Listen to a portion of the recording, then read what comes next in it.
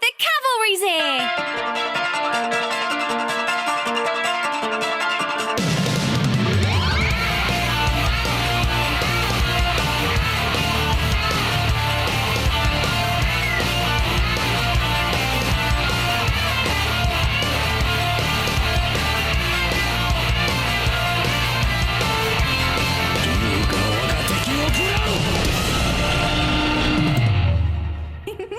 Everybody here. My name is Scott Johnson. I'm the host of the Instance podcast. Some of you may have heard it before. I don't know. With me today is one of my co-hosts on that show and a co-host on Overwatch, Patrick Beja. I'm going to pass the mic down, let him introduce himself and our other guys. Here you go. So you already did. I'm Patrick Beja. I'm on the Instance and Overwatchers, which is the show we do about Overwatch, of all things, with Garrett. Yeah, hi, I'm Garrett. I host Overwatchers with this chucklehead and that chucklehead. And you should check it out on amove.tv/Overwatchers. What am I supposed to say? I guess I'm the third co-host on with the Overwatchers. I'm Chris Chan, aka ChanmanV, and I'm also the number one Sombra NA, self-proclaimed so far. I'm the best Sombra of the 6 Sombras that were on my team at BlizzCon. Worst Sombra NA. Okay. Let's introduce who matters, though. Forget about us.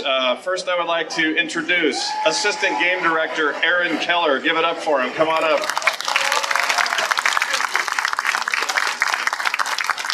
We also have with us Senior Game Designer Jeremy Craig. Come on up. And finally, Ryan Mourey, Senior Software Developer. Come on up. All right, so we're going to do this. Well, quick question. Anybody go to the Legion one last year that we did? It was a similar little amphitheater thing. Anybody raise their hands? Nobody? All right, that's cool. So this is going to work a little bit different. We have 4 of us asking questions. Later in the show, you're going to get to ask questions. And we're going to have a whole lot of fun to learn a lot of stuff from the creative core of what makes Overwatch work and why we love this game so much. So let's just get started. I got a question about stealth, and I'll throw it to whoever wants to answer this. I was sure that last year, thinking about the kinds of classes, kinds of characters we might see in this game, that we were never going to see a character that could turn invisible. Because I just thought, I usually don't like playing those characters, and I hate being on the receiving end of them. But you guys have made one, and I'm happy to report after a little play testing, I really like what Sombra does and brings to the stealth world. So I'd just like to get the overall take on what does the team feel about that? Is the implementation right in your mind? And how do you think the players are going to respond when they get her on the PTR next week? Can we take it? Okay. It's good to hear you say that, because we're maybe a little bit worried. So we've been working on an implementation of stealth for a really long time. Even pre-Sombra, we were working on stealth at one point, and I know he's talked about it. Jeff Goodman had stealth on Genji. And you can probably imagine what stealth on Genji feels like, but it's the most incredibly frustrating thing that you can play against.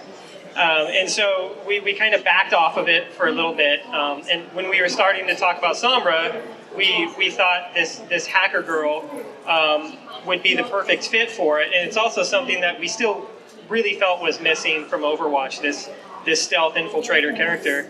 And so it is difficult to get right. And it's for some of the reasons you mentioned, because you have a fantasy when you play a stealth character that you can kind of go anywhere you want to.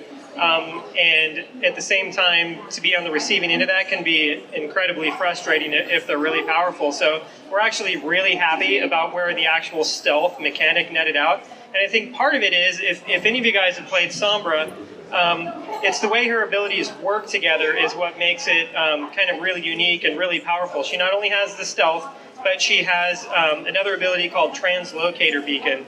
And what that is she throws an object out into the world, and for the next 15 seconds, she can teleport to it, and it doesn't matter how far away from it she actually is. And then with that, she has a hack ability. She's a hacker, so she can hack health packs, which means enemies can't pick them up. They'll actually spawn in faster for your team when you do that. She can hack Torbjorn turrets, and she can hack enemy players, which silences them for 6 seconds. It's brutal to have it happen to you.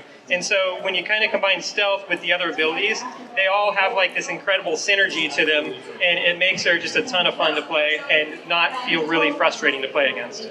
I was just saying one thing about the stealth part is being stealth and picking your target that you want to hack is one of the most important things. If you're back behind enemy lines and Reinhardt still has his shield up, you hack Reinhardt, his shield drops, that's a huge win for your team. Just that alone.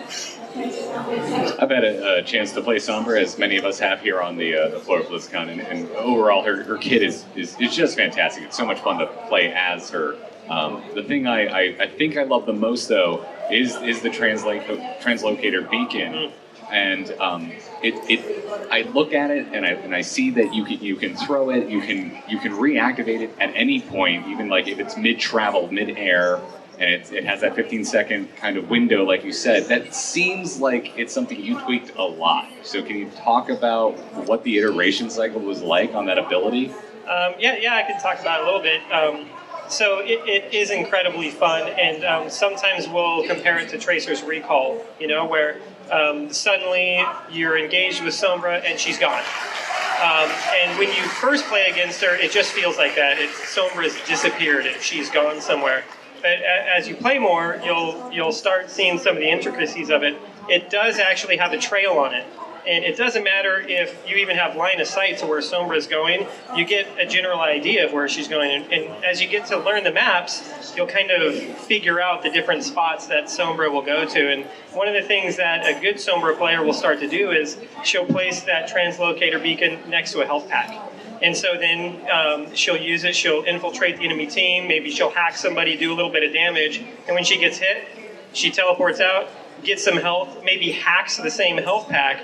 If an enemy comes in and finds her, suddenly she has this massive advantage where she has a health resource next to her that she can access in a 1v1 and other people can't. And so as you start playing her, you start seeing like, oh, there's more and more and more that I can do with just this one ability. I would say too, just a little bit about the iteration was that it was one of the abilities that once we put it in, it was like awesome right from the jump. It didn't change. There's a microphone. Yeah, I guess like you guys may have heard the stories about how Bastion went through 7 different ults or what it was, and Sombra's translocator was the exact opposite. Pretty much didn't change much from what the original vision, the original implementation was. And it's actually super versatile. Like you could be aggressive with it and throw it to get behind enemy lines, or you could do kind of what Aaron said and use it as an escape route. So it's really, really fun. So this leads me to a question I've had all weekend. I'm glad I get to finally ask it. And it's a little more esoteric maybe, but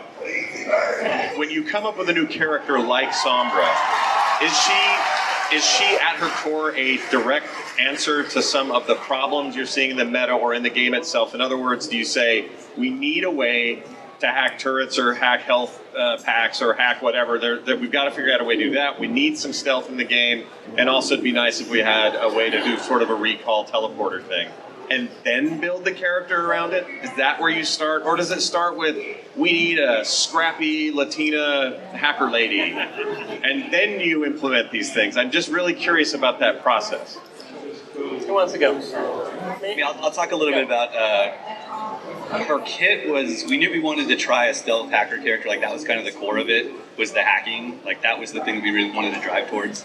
The translocator just kind of happened through iteration, through playing. It wasn't something that was specific. In terms of her role on the teams, we like the idea of another initiator. So her EMP as an ult is very effective at getting a team fight started for your team's advantage. It's actually pretty devastating. I don't know if you guys have been a Tracer that doesn't have blink or recall, but it sucks. It sucks really bad. Or Reinhardt who can't put his shield up. So I think that's the thing we're kind of chasing a little bit too. Yeah, sure. So, and we do, every time we get to a hero, we kind of approach it a little different. Sometimes it actually does start with a story beat. And we've talked about it before, but Soldier 76 was, it was kind of born from an idea that Chris Metzen, our creative director, had. He wanted to build this character since high school, and he always worked on him, and we were really happy to be able to put him into Overwatch.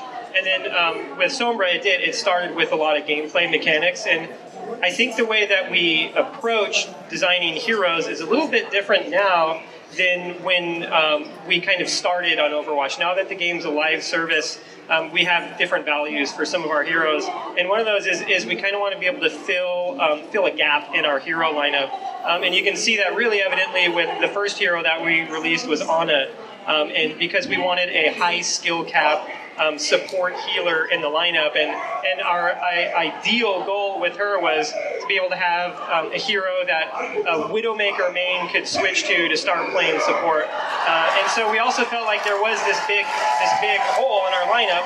We didn't really have this stealth character and this person that could kind of infiltrate the enemy backline at will, almost uninterrupted at times. And so that's a lot of where Sombra came from.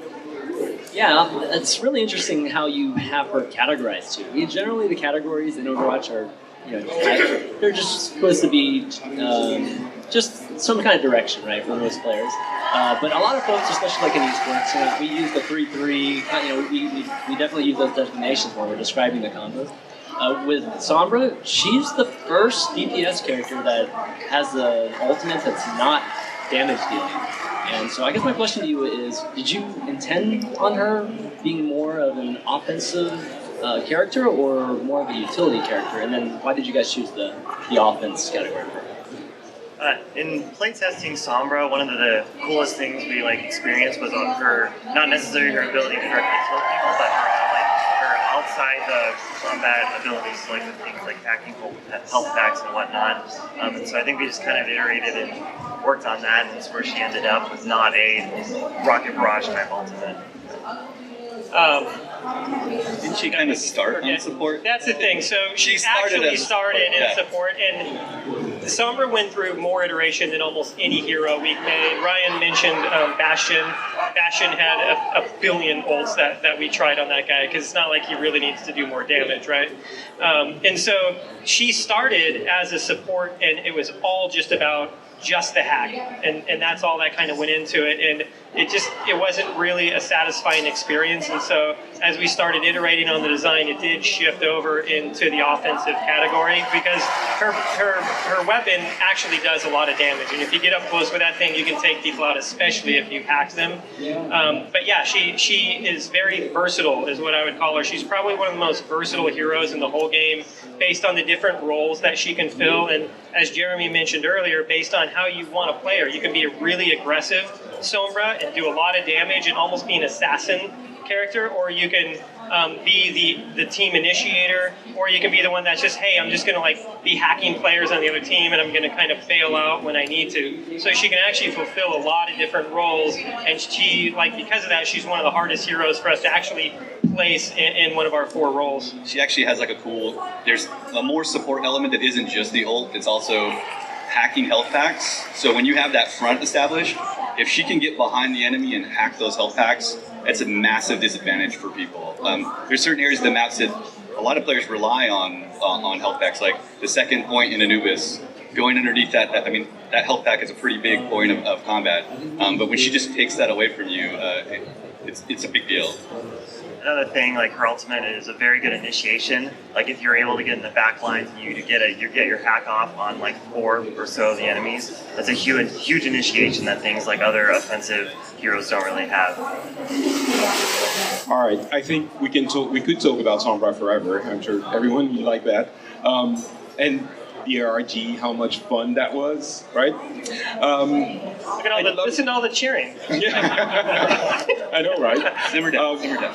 But I want to talk about the arcade, and specifically the 1v1 and 3v3 modes, which are basically death matches, right? And that seems like a massive departure from what the game has been until now. It's tucked into the arcade mode, but still, it's very, very, very different.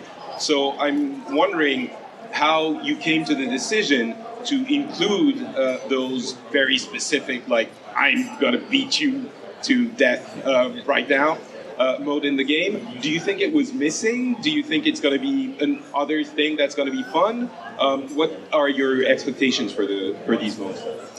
Yeah, I'll talk a little bit about it. So for us, arcade is a place for us to experiment. It's kind of a lab. So we're looking. We've been, a lot of people have been asking for new game modes.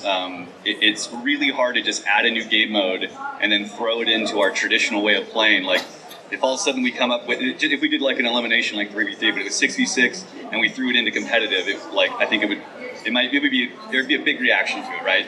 So I think we could try stuff out here, and that's the kind of the beauty of the arcade is it lets us explore spaces that current Overwatch games don't have. I don't know, you guys get to play it next week, but that 1v1 is really, really, really, really fun. It's got like a cool kind of warm-up thing to it too, where if you're gonna go play competitive for the night, do a little 1v1 before that happens. You get your aim on point, and then you go do that stuff. But we've been playing it a lot at work, and it's some of the most fun. Oh my gosh, it's so much fun. When I go home, like on the weekend, I'm like, damn, I wish I could 1v1.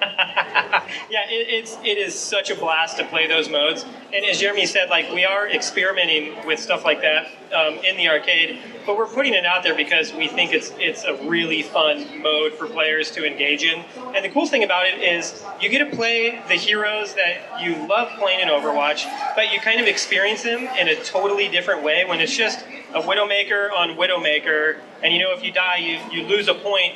You think about it differently, and you start planning out your route through the map. You're like, when I come out of the spawn room, I'm gonna like grapple hook up to the right, and then I'm gonna scope, and I'm gonna look in this direction, and if she's not there, then I'm going over here, and you start like getting this whole route, and it feels a little bit more like an arena from an older, more classic FPS. That's kind of what it feels like you're playing, and it's this totally different experience.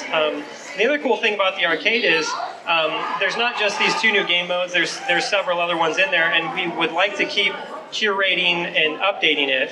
And if 1v1 mode or the 3v3 gets really popular, we'll keep updating it, At the end of the day, months or years, whatever down the line, if fans are clamoring for a competitive version of 1v1, we would love to give it to you. That's awesome to hear. I'm curious because these fun modes like Brawl, like Arcade that we're going to be getting are almost across the board now in just about every Blizzard game, and I'm curious how much of that is collaboration, how much of that is just you being fans of the other games within your company. How much is it that you just are like, oh, Hearthstone has Tavern Brawl, I really want that in Overwatch now, or you guys, is this something that comes up just because you're all at the same studio together? I think a lot of it is, we're huge fans of all the other games, so for us it's, that feature is just fun and great. It feels like it just fit with Overwatch, because competitive Overwatch can be pretty intense, and there's some desire that like, okay, well, I just won 5, or maybe you lost 3 in competitive or something like that, and you just want to blow off some steam. This is like the perfect place to go do that. So you see how fun it could be in other games, and for us, we're just kind of scratching the surface and finding fun that's not necessarily the traditional version of Overwatch. So yeah, we definitely look around the studio, just big fans of this. It's cool. A Tavern Brawl would be pretty cool, though. That's a good idea.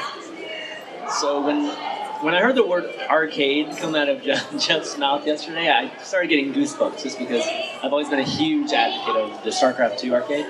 And so kind of wanted to get your big picture for the arcade. I know you're wanting to add more. It's kind of just a sandbox right now for you guys.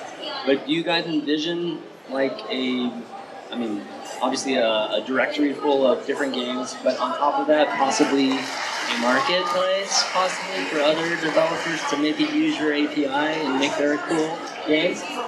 Wow, that's pretty overarching.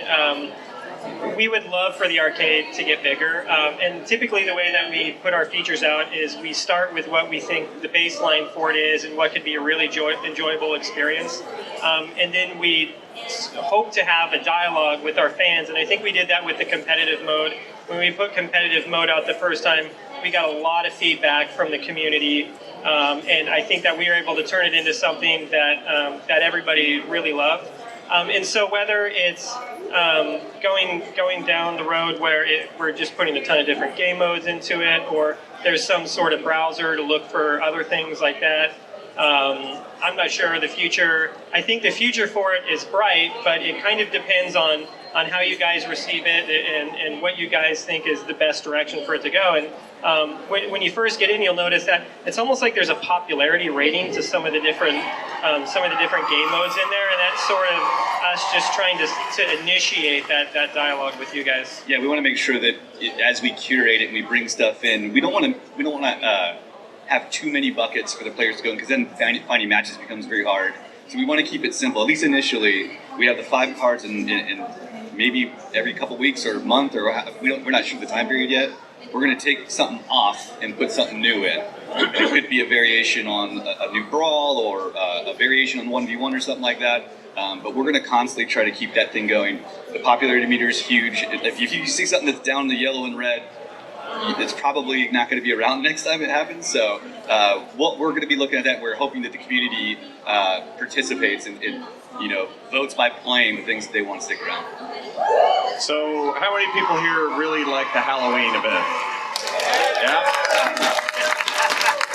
So speaking of other alternative ways to play and arcade-like experiences, I went into that going, well, I've played Horde mode in a million shooters, so show me what you got. Didn't think, I went in thinking I wasn't going to get much, and I came out loving every second of that. And I played it like crazy during that entire time. I unlocked almost every skin we had. I played with my kids. We loved that mode. And I just have to ask the question, are we going to start to see more PvE style side events like that are either more intrinsic to the core game and permanent, or are we only going to see these as sort of, here comes Christmas, here comes Halloween, here comes whatever, and they're more themed that way? Because it was awesome, and you should make more. All right, go ahead. Well, thank you, for one. It's really cool to hear that. I played it with my kids, too. It's a really good time. And it was a little... we had a lot of fun developing it, and we had a ton of fun playing it. Overwatch, at its core, is a team-based PvP game. So we were a little leery of what the reception was going to be for something like that, and it's actually it's been stellar, and we've been so happy to see everybody love the game. And I think right now our focus isn't so much to focus on one particular style of gameplay and keep hitting it. We're kind of taking like a shotgun approach to this, to where we had Lucio Ball for Summer Games, we had Junkenstein's Revenge for Halloween, and now we have this 1v1 and 3v3 in the arcade, and we're actually working on other really cool things that will be coming out in the near future. And so we're kind of trying to put a lot out there for the community, and we're seeing what sticks, and it feels like PvE is sticking with a lot of people. So I'd love to revisit it, but we don't really have anything to announce right now. There's no details on when the next one could come out. But we love PvE. So I had a question about the new map, too. Everybody's talking about Sombra, but there was a new map that was announced also. Oasis looks amazing. The artwork is on grade with all the other maps, which has been fantastic. But I did want to ask, with maps, with the control point maps, I always call it the UNO, so excuse me if I it's all right out. So with the... Yeah, exactly. What did you guys learn from, seeing the reactions from the previous 3, which you implemented in Oasis? Because I know the jump pads are in Oasis, but I'm sure you made a lot of other considerations when making it. Yeah, we did. It's interesting to see, you call it King of the Hill. I cannot tell you how many hours we argued over what the actual name of that game mode was going to be before we came up with Control. But yeah, so it definitely plays a little different than some of the other control maps. And in the point with the jump pad, the jump pad's actually a really cool feature. And you don't really realize how it's going to be used until you see the McCree ulting through the air. It's kind of like actually nuts. It's a terrifying moment of oh my god, how do I get away from that?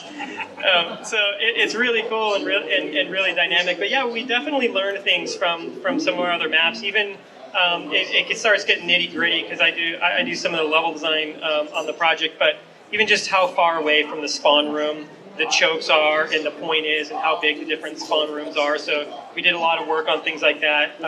We kind of really opened up the maps a little bit more, so there's not as many just really hard chokes into the middle. It's a little bit more organic than some of the other control maps are.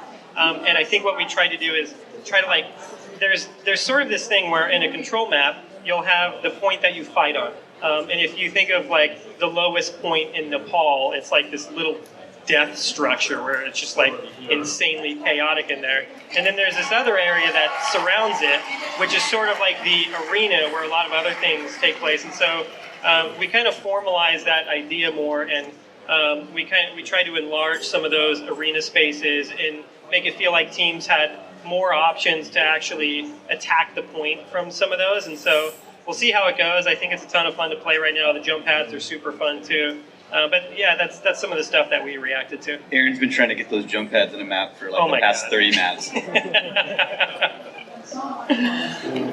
So going back to a more general topic, putting out a competitive game and an FPS is often an opportunity for some people, no one here, but some people to be a little bit toxic. Just to, and that's always a very, very difficult challenge to tackle for developers. One thing that really jumps at me in that area of challenges is the toxicity that was beginning to express itself in-game through those 4 little letters of GG Easy. And I'm not a very competitive games person, but it was even starting to get to me, and I didn't really get why. It was just, that is egregious. And I think the easy answer that everyone would have come to would have been, just ban the letters. And obviously, as everyone knows, you've come up with a much more elegant solution for this, and entertaining. For those who don't know, the game now replaces those letters with different phrases that might not portray the player in the best light. And the fantastic effect has been that not only has it depreciated that insult, but also when people find other ways of typing it, which they would have done if you had banned it or censored it, when they do it, it just sounds silly and ridiculous. How much discussions have there been to find that way of tackling it? How did you come up with that brilliant idea? Do either of you? So I was at PAX when this whole thing happened. Sure. So there's a Team 4 tradition, which we call the Boba Run, which is where people around 2 or 3 o'clock will go on a 15-minute walk and go get boba tea. And the GG Easy design, I think, all happened in one of those walks. So maybe like a grand total of like 15 minutes. And one of our other engineers, Andrew Wang, and Mr. Jeff Kaplan had this discussion about essentially what you said, like GG Easy, just kind of like grinding their gears. How they came to the conclusion to replace it with those phrases, I don't know. But didn't Jeff write them? Jeff wrote them. Jeff wrote them. That's a Mr. Jeff Kaplan special. So not as much thought went into that as you might have thought. So how much of your decisions happen with less thought than we might have thought? Do you also have these things where you're like, yeah, let's just do this and implement it? That was a total backfire, wasn't it? Yeah.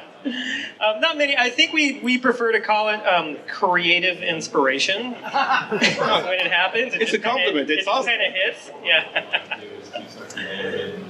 The other one of the other big announcements at BlizzCon this weekend has been the Overwatch League, and it is there's so many layers to it. It is esports done by Blizzard to a level we haven't really seen before, and I'm curious if that has had any effect on the internal development of the game. Like, knowing that this was coming down the pipeline, has it changed how you balance Sombra, how you're building your next maps? I think, yes, it has changed. Like, we love esports, we love watching the tournaments, and a lot of the times, like, we want to improve the spectating experience, we want to improve, like, the tools that they have to make these awesome experiences to watch the competitive game. So we haven't really, like, the Overwatch League is just starting, so I think so we're just kind of working on making the competitive and the observer experience right now, and I think that's where we go. Yeah, and I think one thing to know with that, you asked about whether we do balance changes based off of it. Like, one of our values is that our heroes we try as hard as we can. We don't always hit it. We want our heroes to be balanced across all different levels of play. And I don't think we're going to make balance changes to a particular hero just to serve esports. I don't think that would be the right decision for the game. What we do is we put a lot of work into the watchability of the game. Jeremy and Ryan both do a lot of work on spectate and broadcast tools, and so I'm hoping that by the time that the league starts up, that the game is a lot easier to watch, and players can kind of understand what's going on in the heat of battle more than they do right now, because I think it could be an issue sometimes in tournaments, because Overwatch, it's a really fast-paced game. There's a lot of things happening there. So we really hope that once the league starts, that people can kind of sit down and watch this thing and get a lot more out of it. Another related technical question. Not long ago, you guys implemented a dynamic system that could detect how good a person's connection was, and if it was good enough, you would up and it's called 60.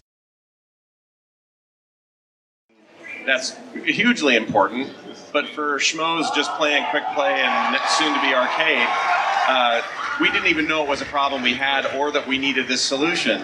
But it sounds like it was our priority. I'm just curious about how that came about and why you guys decided to implement that. I think pro players are very good at noticing when things are not 100% as they expected. The players can notice when you have 10 milliseconds of input lag between a mouse and a monitor, which the non-pro players normally can't pick up. I think increasing the client update rate from 20 tick to 60 tick was just kind of another one of those things that the pro players were able to notice the millisecond difference, where for the average player it doesn't really make a difference, or it doesn't make a difference. But that update was to help with that area, to help with those players who are very good and can notice the very minute details. Yeah, and a lot of times you'll get this thing where what happens in the pro scene starts trickling down into the rest of the game, and you'll see that with hero comps. There's a particular meta, and in competitive, your team might be upset if you're not playing Lucio or Zenyatta, whoever the support of the day is. And so some of the complaints about 60 ticks started kind of trickling down to the rest of the community. And we just, we didn't really think it was worth us holding our ground on that particular point. And so we wanted to enable it for everybody. It actually had been available. Professional caliber people were able to use it in our custom game feature. It had been an option that we had enabled for a long time. So when they were doing their scrimmages and things like that, they were able to do it. But part of it was to enable it for people, and the other part is it was actually a lot of work for us to get it done. And guys like Ryan Mourey, the rest of the server team, the gameplay team, they had to work kind of long and hard on that feature in order to enable it for everybody else. So it took us a little longer than we would have liked it to, a few months after ship, in order to get it into the game. So I had a question about quick play. So you did make a change to quick play, which is you cannot have overlapping characters now. But you did add it to arcade, so it's still actually available. But I wanted to find out the inspiration about it, because I know myself, playing competitive mode, I've been in a mode where I can only play one or two characters. Those are my main characters. And then if I switch, I just get demolished, and I feel bad for my team because I should not be playing at this rank. And every time I go to quick play, it's just clown fiesta, pretty much. It's just everybody just goofing off or whatnot. Was that one of the motivations for you guys changing quick play? And if not, what was the motivation? Yeah, I think that was part of it. I think it's a little better when quick play is more representative of the next step, which is competitive potentially. So you get in, you're playing, and also it feels, when you take that next step, you're like, oh, why can't we all be Torbjorn? It turns into something like that. And I think we were just seeing some things that were a little wacky, silly, whatever you want to call it, and it's Clown fiesta. That's what you called it, right? I didn't say it right. But it feels like that's something that probably has a better home in something like arcade. Now that that's there, I think it just feels right. You can still do your 6-stack Genji show off your skills. Yeah, and you think about it, there's a lot of gradations between competitive mode and Clown Fiesta. There's something in between there, it did. I had the same feelings that you did. I think a lot of people on the development team did too, to where it's like, well, I don't really feel like playing competitive. I already played tonight, and I need to like bring the adrenaline levels down, but I don't want to go into quick play either. So we needed something in between there, just for like serious level for people to have another option to play. So now that we have 3 levels in there, I think it's going to serve a lot more people. So first of all, I think you should change the name of the No Limit mode in Arcade to Clown Fiesta now. It's official, right? Get on that. Clown Fiesta. Yay! All right. In general, in any game, there's going to be some community interaction. I think for Overwatch, everyone would agree that the rate and the way at which the community has sort of made the game theirs and created stuff and, had been having fun around the game has been pretty incredible. There was a Sombra leak a few weeks ago, and I think within like 24 hours, there were Sombra fan art on Reddit from this one image that was leaked. I'm curious, what were the most surprising and delightful things that you've seen the community do? I don't know if you browse Reddit. I do it a lot, so I see amazing things. We all do. All right, so in the months since beta, is there something that sticks out for you guys? The amount of fan art and the quality of the fan art, and I'm just blown away by the amount of it. I think this is really cool. I was going to say Gremlin Diva, because she's awesome. I think it's awesome that we have stuff where, like, we'll have a hero, and then there'll be, like, casual cosplay, and then, like, there'll be art based on casual cosplay. It's like it just keeps going. There's, like, this snowball effect that all the community members have.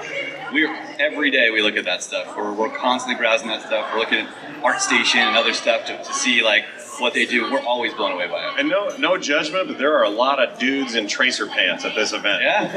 Have you guys seen that? It's a lot. They're looking good. Yeah. I think the first time they came out, our lead rigger, Dylan Jones was. You really calling him out? Okay. Yeah, he was wearing it. He loved it. I thought he looked fantastic. I had the best experience ever last night where I was fortunate enough to meet the voice of Tracer at a party, and I'm not joking. As I'm introducing myself, a dude walks by in Tracer pants, and both of us just go. It was fantastic. I've seen the Widowmaker ones too. I love it. Yeah, no judgment. It's fantastic. I don't have the legs for it. All right, well, I think you guys are sick of hearing from us, so I want to hear from the audience. And we're going to pass this mic around through the capable hands of Mic Runner McGillicuddy right over there. It's not his real name. But if you have a question, raise your hand. He'll bring the mic right up to you, and we'll see what we can do. Cool, so what we've seen before is that people do this.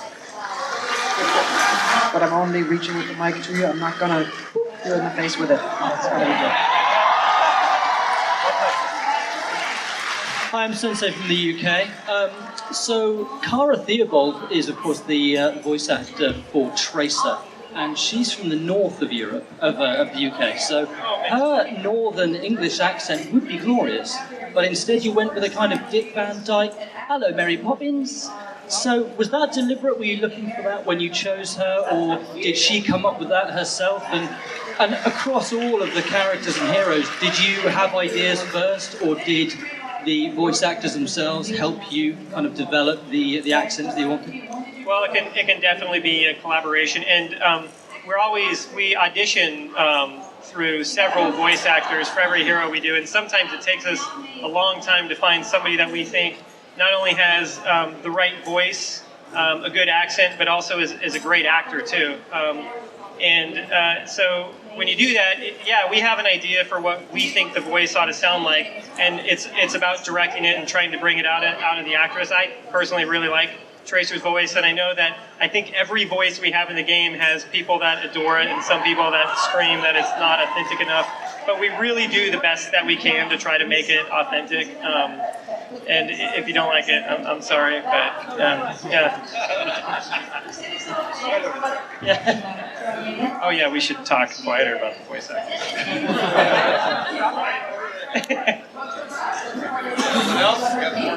Oh, there's plenty of hands.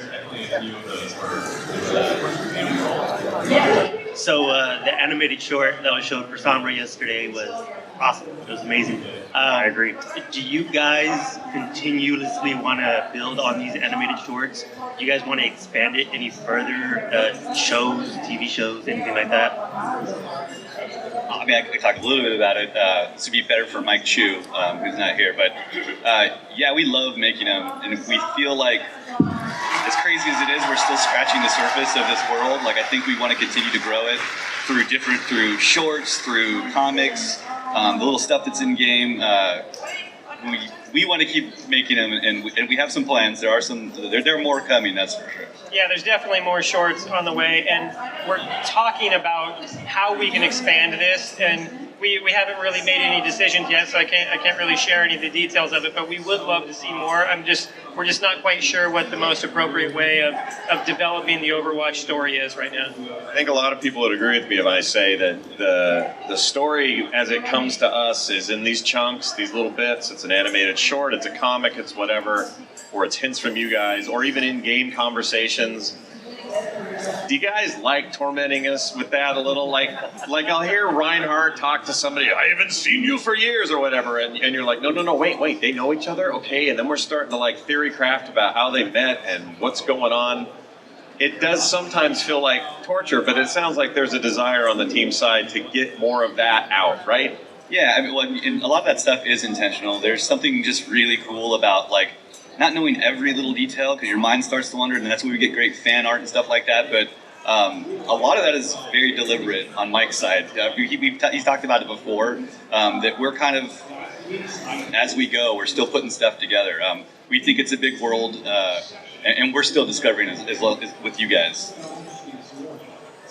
About back and forth. Thank you.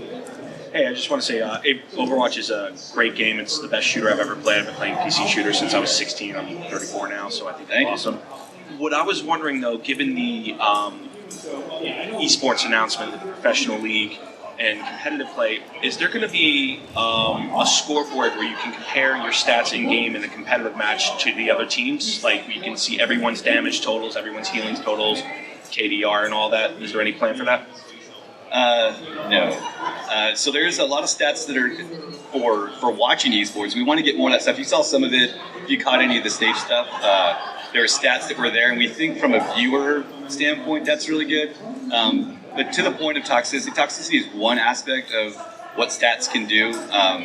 We can only imagine, like, well, I killed the 3 people that go over here. I'm guarding this hallway, but oh well, you only have 3 kills. You need to switch or you need to go. Or like it's really delicate.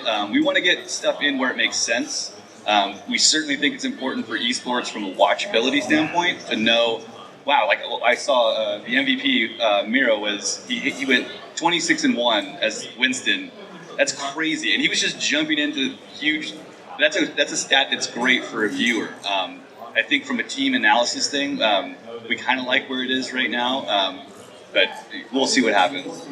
Thank you.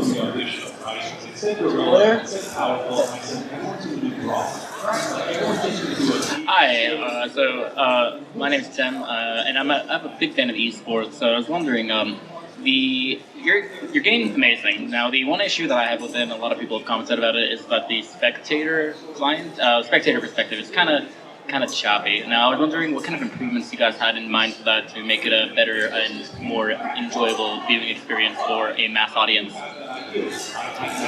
Are you talking about the choppiness of, like, it's like jittery, like frames are dropping or something, or? No, it's more like the Spectator client. Just like it's a lot of people are complaining about it, talking about how it kind of just it's really difficult to keep up with it in comparison to other esports, such as, like, for example, Counter-Strike being very fluid to keep up with, League of Legends being very easy to keep up with. Overwatch is a little bit harder to keep up with for a casual viewer.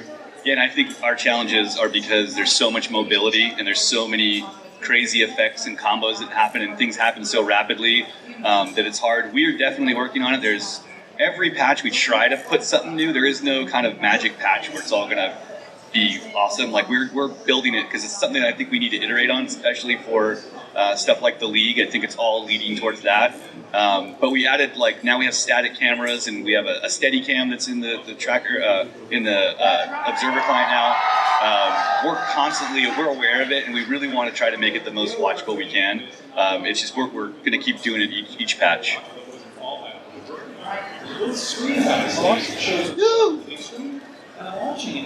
Crush the bottle.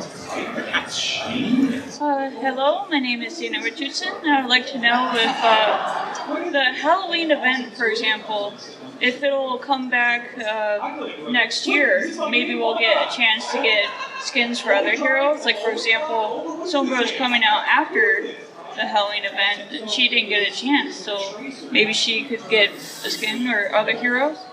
Actually, it's a really good question, and it's so good that we don't actually have an answer to it yet. It's something that we discuss internally, what the best way is to have an event be reoccurring if it is going to be reoccurring. We don't know if Halloween next year ought to look the same way that it does this year, or if there needs to be changes to it. And I think that as we release more events, we'll start getting a better idea of what makes them successful and what fans really like about the events. Like Halloween was only our second one, and I feel like it had a much better reception than the summer games did for a lot of reasons. So as we continue to make more, then I think we'll be able to figure out what they might look like in the future. Thank you.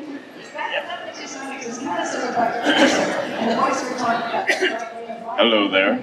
Hey. I'm John. I was just wondering if you had any changes planned as far as in the competitive gameplay mode. I've been noticing, whenever I play, if I ever go on a losing streak or if I ever go on a winning streak, I usually just tank 500, 800 points. And I was just wondering if you were working on balancing that at all, or if you're happy where it is, considering we have 4 seasons every single year. Yeah, we are. I'm sorry that happens. We are constantly kind of looking at where skill rating lines up and where there's. And I understand just kind of those loose streaks, and they're louder than me. But I understand sometimes those loose streaks they don't feel good. I play a lot of competitive and I experience that too. I think I don't have a direct answer to your question, but we are constantly looking at the data, looking at where people end up, where people how much they fluctuate and whatnot, and we're doing the best we can to make it feel as good as it can.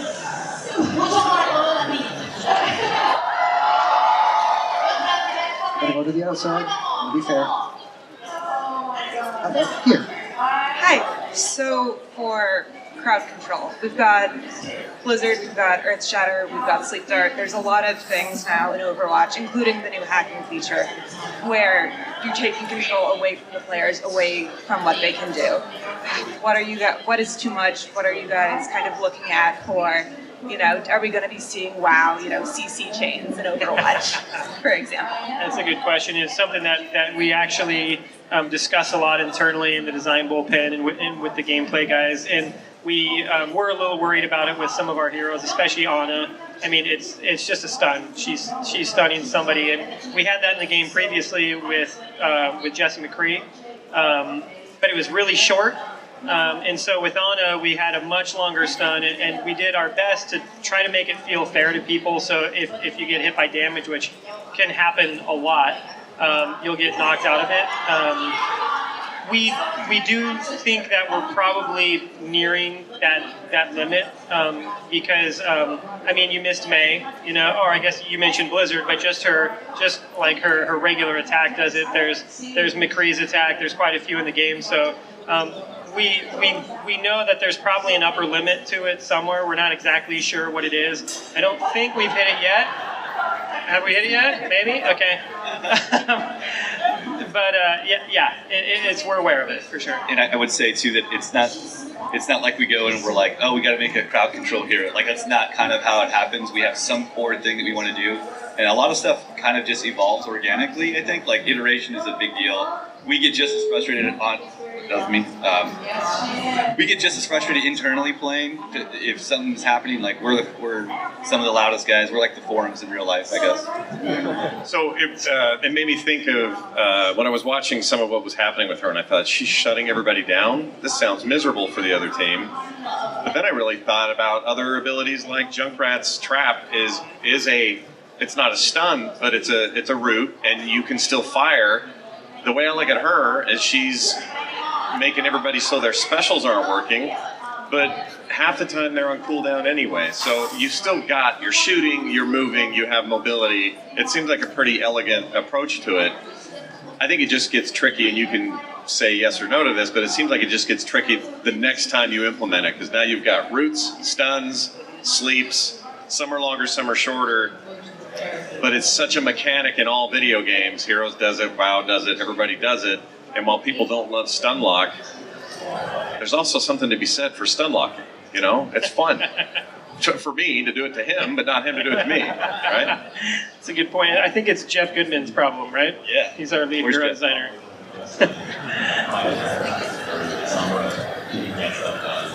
Hey, what's going on, guys? My name is Jeff. I'm a Sombra main already, even though I've been here and haven't played yet.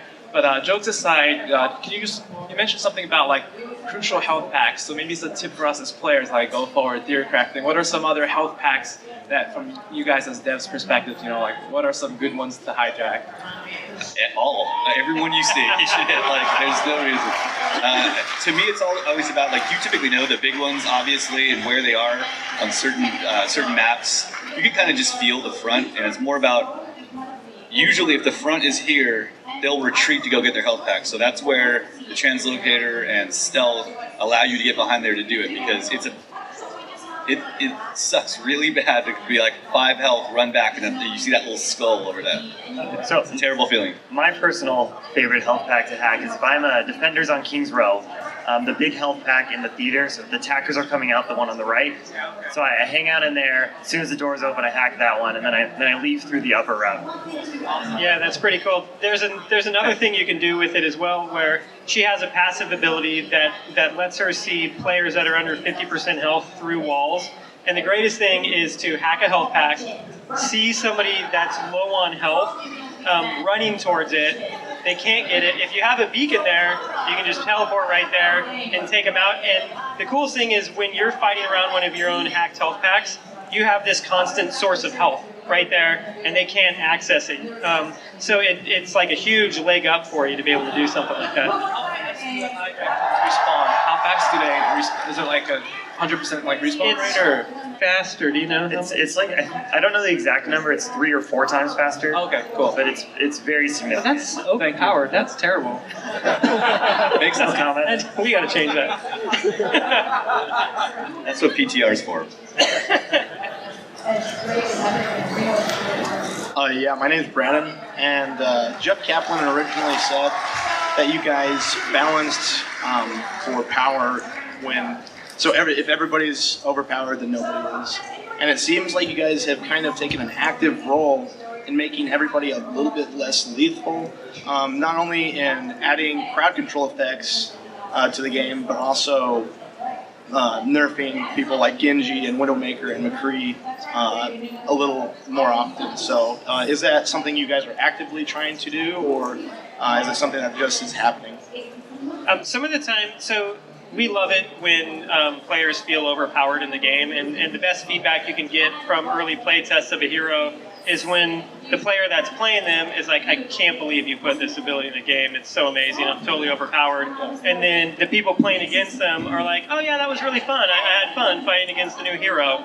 To where there's almost like a sort of a discrepancy between the way that people describe it. And so we do want people to feel that way. And sometimes you can feel overpowered just because you feel smarter than the other person. That's a lot of what makes Sombra so special, is when you're using her abilities in the right way. It's not so much that the time to kill on somebody is like half a second or something like that, but you just feel like you're at a total advantage over them, and they're totally disadvantaged to fight against you. So that's kind of what we're looking for, to be overpowered. And sometimes, I mentioned the time to kill stat. It's something that we really watch in the game. We don't want too many of those deaths where you just feel like there's nothing you can do as the player that died, and you want to be able to have some choices and some things to do. So sometimes we're looking at heroes that have like really high burst damage. We also made the changes to McCree's right click. It was the same thing where we kind of wanted to take that discrepancy down where it felt like one person, their overpowered advantage was to just kill me by hitting a button. Just to follow up on that a little bit, one of the things that you guys are trying in the PTR is to lower the frequency of ultimates. Because even today, like during the World Cup, you saw ultimate after ultimate at some points just because he was so awesome. But we are seeing a bunch of them. And with the maps being the lengths they are, and somewhat small, just getting one ultimate wipe is a big deal. And if we're seeing it more and more, the games are actually pretty short because of that. Any considerations to maybe making maps longer, or is just trying to make ultimate charge-ups even longer the only solution you're thinking about? Do you mean maps longer as in more time in the map itself, or the physical space? More time, like payloads being longer, like just so you have more time, or slower, either one. Yeah, payloads slower. A little bit. There's a lot of things that go into that. I personally think that some of our payload maps, the physical space is maybe a little bit too long because it's such a slog to get all the way to the end. And so we do have to balance just the feel of the game. And you can fall into this trap a lot of times when you balance heroes or maps, or you're doing different tuning changes to where you can get everything to be even and it's not fun anymore. So like first and foremost, we just want it to be fun and for you to come out of an experience and go, oh, that was really great. And making a map actually take longer, I don't know if that's the right answer to a problem, if there is a problem with the old thing. Because right now, I sort of feel like the amount of time I'm in an Overwatch match is roughly right. I feel like it's a great period of time.